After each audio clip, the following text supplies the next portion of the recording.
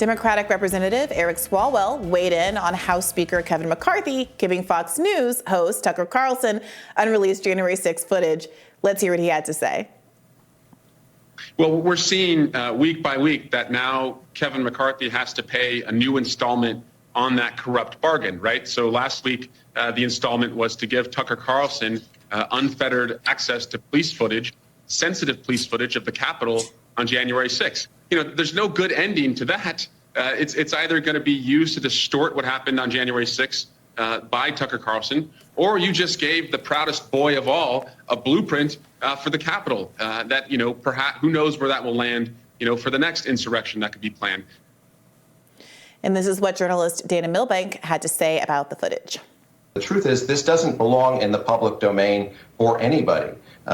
In Kevin McCarthy's sort of cravenness to cater to the Matt Gaetzes and the Tucker Carlsons, he is risking the security of himself and of his colleagues and of the Capitol itself.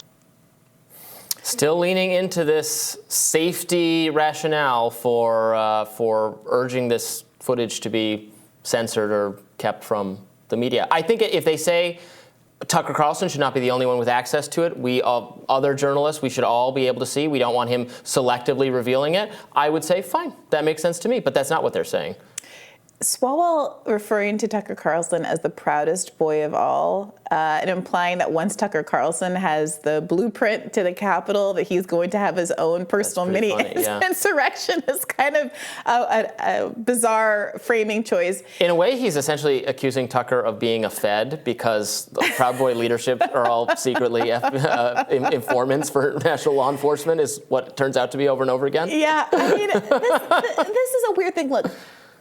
It is possible and maybe probably true that there is the information on the tapes can be used to piece together congressional evacuation routes, what their evacuation plans are, where in the building they go, etc. They got to change up that stuff anyway. That's the thing. I would expect that 1-6 forced them to reevaluate some things. It was a good test run, the ultimate fire drill. They probably learned things about what they should change. And you probably also have to When I hide the Easter eggs for my nephews and they all find them, I don't hide them in the same place next year. And I don't mean to minimize this thing, right? They're building a noose for Mike Pence in front of the building. You know, there was some of the footage, if you watched some of the hearings, where Congress members came very close to crossing paths with mobs of people who really could have caused damage if there actually had been a direct confrontation. Who knows what would have happened? It didn't happen because presumably their security escorts knew what they were doing and they had the escape routes and everything worked out for the best. And I'm glad. But it does seem to be very odd not to assume that new routes aren't going to need to be established anyway, that they can't be responsive to this. I mean, so much footage has come out through the course of the January 6th hearings that if this were really a concern, I would imagine, again, they're already responsive to the fact that they have to change things up because they've already released so much. It's a much more open to the public building than other government buildings. It's not like the White House. You were able to go in it until this whole thing happened. So I don't know that they really even believe that that's true. I think they do believe that the other thing they're kind of saying, which is that, well, what if they use this to undercut the narrative of what happened on January 6th? That's what they're actually mad about. I think that's ridiculous. I think if they just came out and said it is not Tucker should not be the only one with access to this footage, let us all see it, that would be a perfectly fine argument to make. Now, it would run up, the problem they'd have with that is that they controlled the House until very recently, and Nancy Pelosi could have done what Kevin McCarthy has done. It's also, I'm a little confused about the posture of complaining about it at this point. Why not just let Tucker Carlson, unless they think that their arguments now are going to actually prevent Tucker Carlson from doing what he's going to do, which seems to be deeply naive. Obviously, Tucker Carlson has the footage. He's going to do what he wants to do with it. No amount of Eric Swalwell complaining about it is going to change that. It seems to me like why would Tucker Carlson listen? But, you know, assuming that it's not going to actually change Tucker Carlson's behavior, what he does with the footage, this stage of complaining about it seems really premature and easy to poke holes in. Now, if Tucker Carlson does a monologue where he says 1-6 was not that big a deal and liberals are complaining and I'm justifying, people breaking the law in these ways, well, then make the case against why what he's saying is wrong and use your own competing footage and have that out.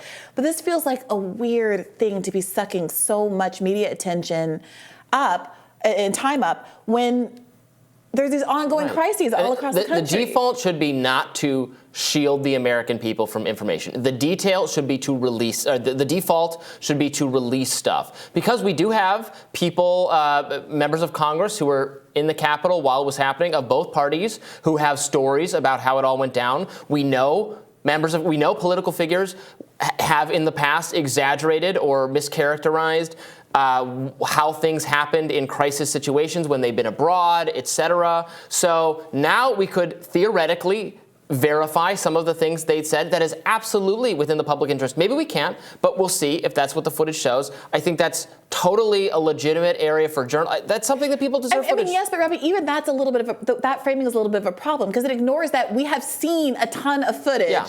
I'm not saying that things can't be recontextualized, but when you see, we've all watched the mob breaking the windows. We all watched it. I was there. It was woman really bad. get shot. It was horrifying. We all watched the close calls of how proximate throngs of people who had stated intent to cause harm were to Congress members. Yes. So to the extent that there's a French case here and there, even framing it as we could find that the whole thing is debunked. No, we're not going to find that the whole thing is debunked unless. There's AI that I saw with my own eyes. I saw people smash windows and push past police, and it was embarrassing and horrible. Absolutely. But what I suspect they might find in some cases is that there are, because the footage you've seen on CNN and other channels is this, really genuinely horrible. I'm not disagreeing with that framing. Mob footage of police being overwhelmed and overcome. It's a big building. There was a lot of people going in different ways. I bet there is more footage than we have previously seen of police not having any of police calmly telling the protesters, "Oh, this is so and so's office," because some people have tried to say, "Well, we were invited in," and again, in many places they were not invited in, but there might have been other hallways where they're not having this overrun, and that's going to be embarrassing. I completely agree that's that's possible, but embarrassing to who? I think embarrassing to CNN. But here, exactly, Eric Swalwell from the position of I'm a Democrat and the insurrection was wrong. The fact that police were complicit was very much a Democratic narrative in the beginning, at least until they decided to vote to give the Capitol Police more funding. Yeah. But to me, all of that just confirms the narrative that there is a conservative influence in the police force. There's a Blue Lives Matter influence, that they were in cahoots, which is why they were able to break down the barricades and get in. They wouldn't even break down the barricades, they were invited in as the argument. So many Black people have made the argument about if this were a Black Lives Matter protest, it never would have gotten to this point because they would not have had that same flexibility from the police force. They would have been met with much more hostility. That is all part of the kind of left-leaning narrative from the beginning. So again, I think that all of that, those kind of shades and contours might come out. But it's not embarrassing to Democratic Congress members, or any Congress members in the least. No, I think it's embarrassing to. No, I totally agree with what you just said. I think it's embarrassing to a kind of Democratic or liberal media commentator who is a lot more pro-police than you, and has wanted to present the police as a kind of victims of January 6th, or it has talked about this was a Republican assault on law enforcement, has made that their framing. This is going to undercut that by showing there was more. Release the tapes. I knew I'd get you there.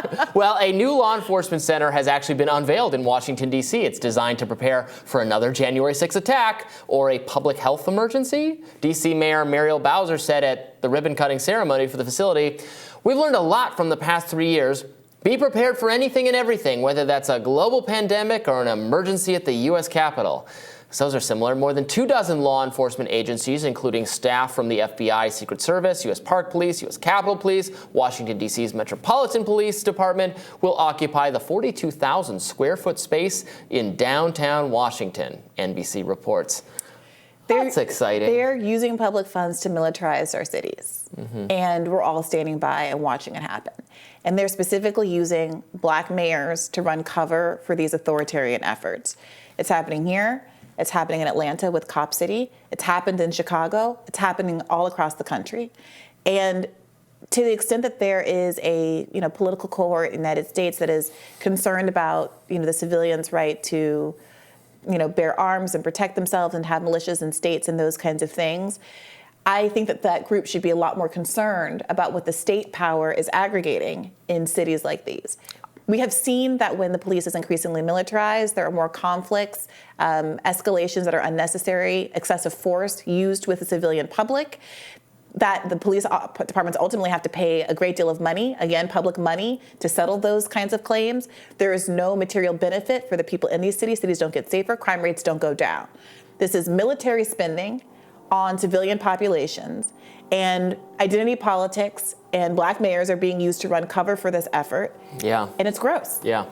It is really bad. And how are they going to justify, I mean, look, I don't think this is a good use of police resources, is to make a giant building to guard against having another January 6th, because it's extremely unlikely to happen. And what are they going to do with the global pandemic? What was the hook to that? What does that have to do with policing? Anyway, not a great use of resources. It's the shock doctrine. Yeah. People who were critical of pandemic response were right about this. There's a genuine emergency. You use it to get more resources for pandemic. You talk about rising crime rates. They use it to build more police facilities downtown. All right, we'll have more Rising right after this. Stay tuned.